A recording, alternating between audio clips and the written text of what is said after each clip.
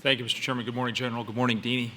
It's been a treat to get to know the two of you in this process and discover your connections to Colorado and your love of our wonderful state, the Centennial State. And I look very much forward to working with you when you're confirmed. If I might, let me pick up on Senator Wicker's line of questioning and discussion, General.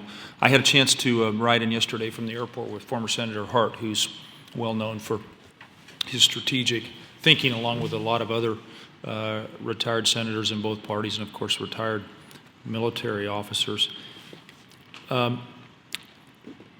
What have you learned about the last 10 years? What do you think are the most important lessons that stare us in the face, and some that aren't so obvious? Because it is easy to fight the last war, and yet the world is undergoing enormous change, from the Middle East to the events we see in China, and on and on. But if you'd share for a couple of minutes your thoughts on some of the lessons you. Thank you, Senator. And again, these are very personal lessons, not to be interpreted as criticism of predecessors or anything else, because, by the way, in some cases I was the one who fumbled a ball here or there.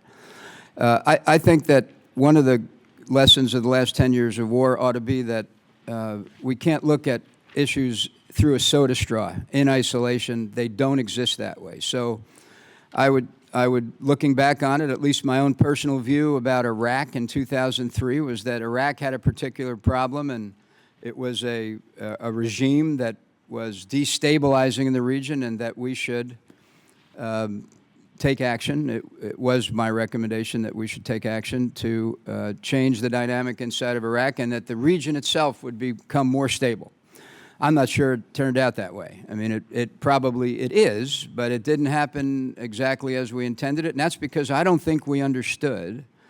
Let me put it differently. I didn't understand the dynamic inside that country, particularly with regard to the various sects of Islam that fundamentally, on occasion, compete with each other for dominance in Islam. And so the Shia sect of Islam, the Sunni sect of Islam. When we took the lid off of that, I think we learned some things and I'm not sure we could have learned them any other way. I don't know. I've reflected about that a lot. But I learned that issues don't exist in isolation. They're always complex.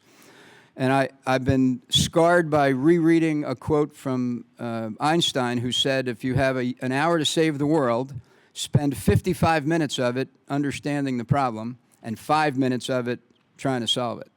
And I think sometimes, in particular, as a military culture, we don't have that ratio right. We tend to spend 55 minutes trying to how to solve the problem and 5 minutes understanding it. That's one of the big lessons for me in developing leaders for the future, not only in the Army, but if confirmed in the Joint Force.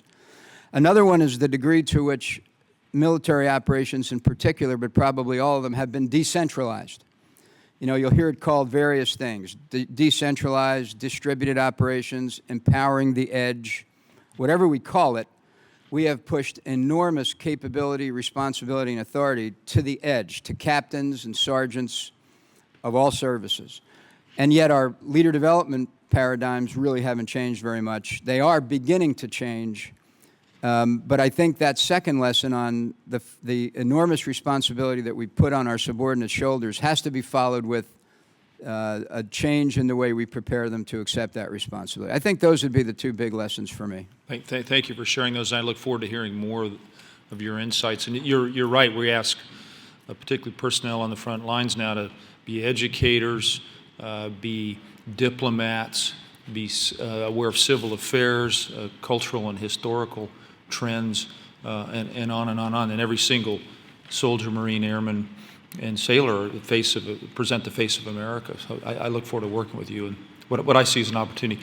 Let me turn to a related distributed concept, which is in energy. It's a real interest of mine. I think increasingly the committee is spending more time looking at how we use energy more effectively. We know that saving energy saves lives, as Admiral Mullen has put it so well. We know that a good quarter of our casualties have been tied to fuel convoys and other kinds of convoys.